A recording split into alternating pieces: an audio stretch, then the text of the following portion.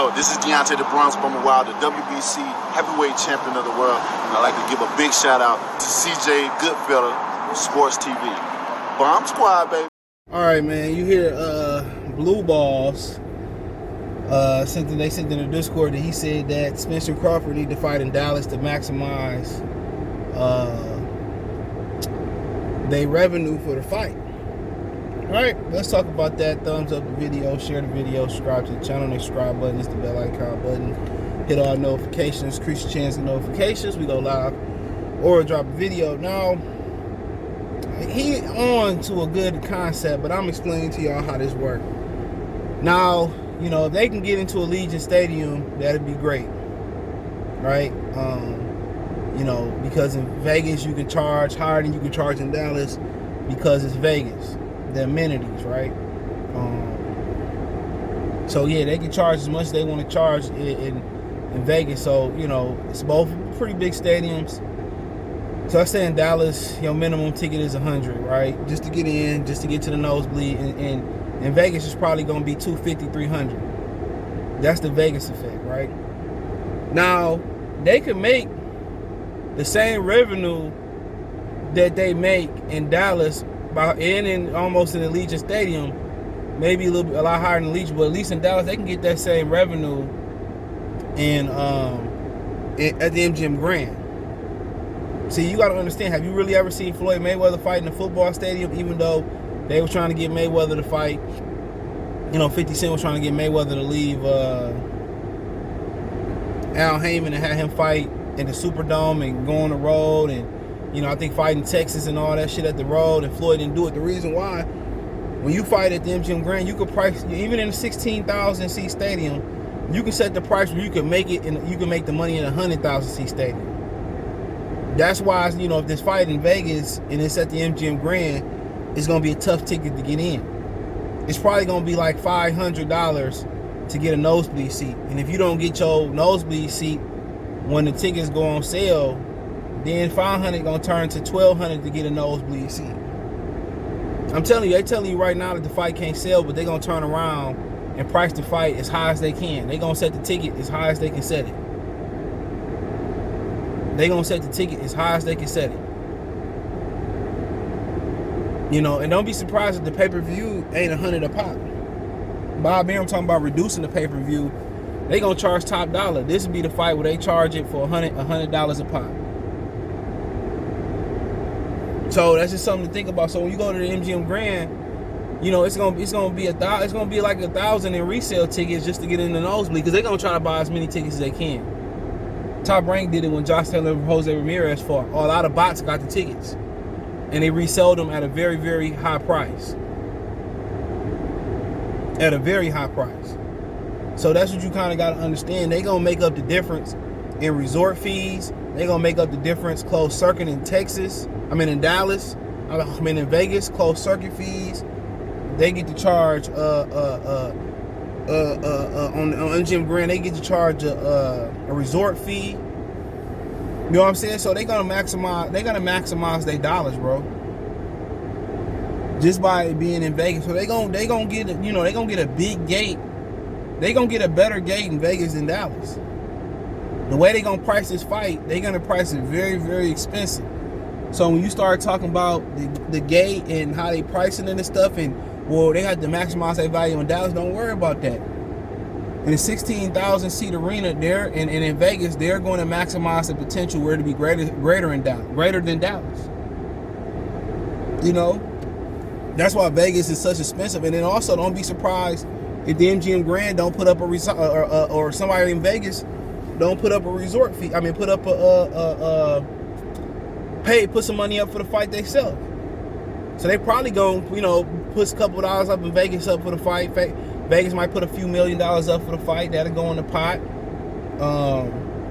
But the way they gonna price the seats, man, that's why a lot of big fights went to MGM Grand in the T-Mobile Arena, especially the MGM Grand. You never seen Floyd have to go to let's just say Vegas had their football stadium back in the day. You never had to go to the stadium or go to LA or go out to LA to the UFC or the Rams play. He didn't have to go to the Superdome or to At&t Stadium or Alamo Dome to maximize his revenue. Because you're going to make more money in Vegas because there's more components than selling tickets. It's the resort fees. You know what I'm saying? It's the closed circuit fees. You know, it's a ton of different things, and they can price the ticket as high as they want to in Vegas. There's no cap. The amenities that they give you, you know, everybody gonna be staying on the strip, so everything is right there. You know, and it's gonna generate a lot of money for the city of Vegas. There's a reason why it's called the fight capital of the world. The commission is great, and the money is uncapped. Now, it would be fan friendly to go to Dallas. It would be, cause your ticket to get in gonna be like $100. Or go especially going to MGM Grand, it's gonna be $500 minimum, and that's before they hit you with the taxes and the resort fees and the bullshit. It's gonna be $500 minimum just to get in, and by the time you blink, them tickets gonna be gone.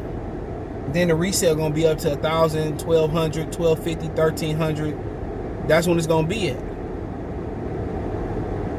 So you got to understand how the business works. Man, everybody thought that they sell 100,000 pay-per-views, they sell 1 million pay-per-views, and all the fighters keep pocket the whole money. Nah, the network got to get paid.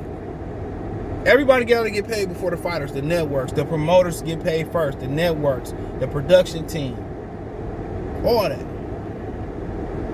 And they making more money than the actual fighters. The big money come in. The big money come in at when the licensing fees for the fight. Somebody said, well, the fighters get licensed. The fighters is not getting the licensing fees. Like Mayweather will get them. I don't even think Pacquiao was getting licensing fees. That's the big money, the ownerships to the fight. That's why Top Rank rake in so much money, because they fight vault is great. Plentiful Muhammad Ali fights, plentiful, you know, several other fights, very, very plentiful. So the TV rights is critical too, and then also the international market. You know, the rights when they selling it to different countries and different networks, a lot of money that go into it. If y'all believe that the narrative that these fighters making more money than the people that's running the situation, running the show, you out your mind. Anybody pay you, right? 9 times out of 10, your job pay you. Let's say they pay $50 an hour. If they're able to pay you 50, bro, they really able to probably pay you 100. If they're able to pay you 20, it really worth 30, 35. You know what I'm saying? The person that's paying you, they paying you, you know, at a reduced rate for your services. That's why in the pandemic you seen people, you seen jobs, you know, Wendy's and McDonald's hiring niggas for $18 an hour. Guess what? Supply and demand. It's not enough employees to go around. So guess what we got to do? We have to incentivize, if that's a damn word, the job. So, you know, when them workers was boycotting McDonald's and shit like that, and saying we want $15 an hour and all that shit, McDonald's could pay that. It's a speeding ticket, bro. They look at it, if we give you 15, they're gonna be asking for 20, I asked 25. But when the pandemic came, and it's gone, you know, it's watered down, but you know how, you know, when it get cold, it's gonna go back up because in the cold, germs spread. And they pay $18 an hour for you to work fast food. They could have paid that 20 years ago. It could have better customer service, better quality of food, and people can have a better quality of life. But you got to understand, the person that's paying you always gonna be worth more than you. Only way you can make more than the person that's paying you if you got multiple incomes, or you know how to invest your money in multiple stuff. That's why people say, well, I can't live off $10 an hour, $20 an hour. You know, you ain't supposed to. You supposed to have your chips all over the board. You supposed to have a diverse income. 1, 2, really, you know, 1, 2 close to none. Kashan from Memphis said that. You always gotta have multiple hustles. 1 hustle, 2 close to none. If it's 2, if it's 3, whatever it may be. If it's selling shirts on the side, if it's, you know, pretty shirts and selling merchandise.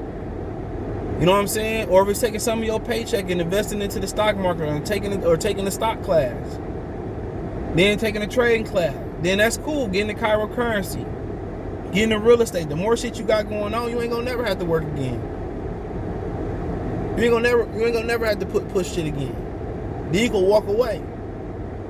You know, you ain't just depending on your 401k. That can be taken. That's taxed 50% once you're done. So you save $100, you save $1 million. It's $500,000 right then and there taxing your ass.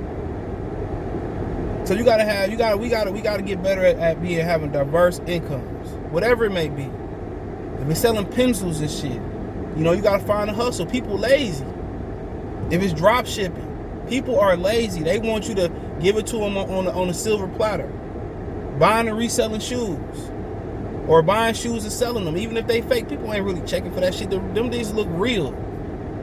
So it's hell of a hustles out here. Cleaning business on the side, but nonetheless, man, they got multiple revenues coming in for this fight. So